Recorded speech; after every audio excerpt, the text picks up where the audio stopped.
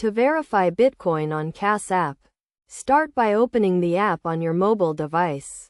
Tap the bank-like icon on the bottom left corner of the screen. Or if you have a CAS balance, it will display a dollar amount.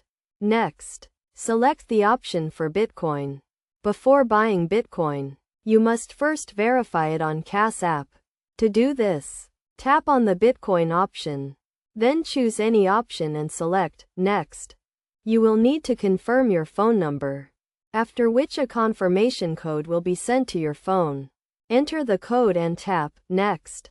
You will then be prompted to enter your first and last legal name, followed by your date of birth.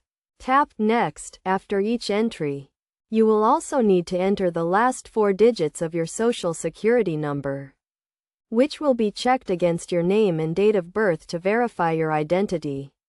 If all the information matches, you will have successfully verified Bitcoin on CAS app.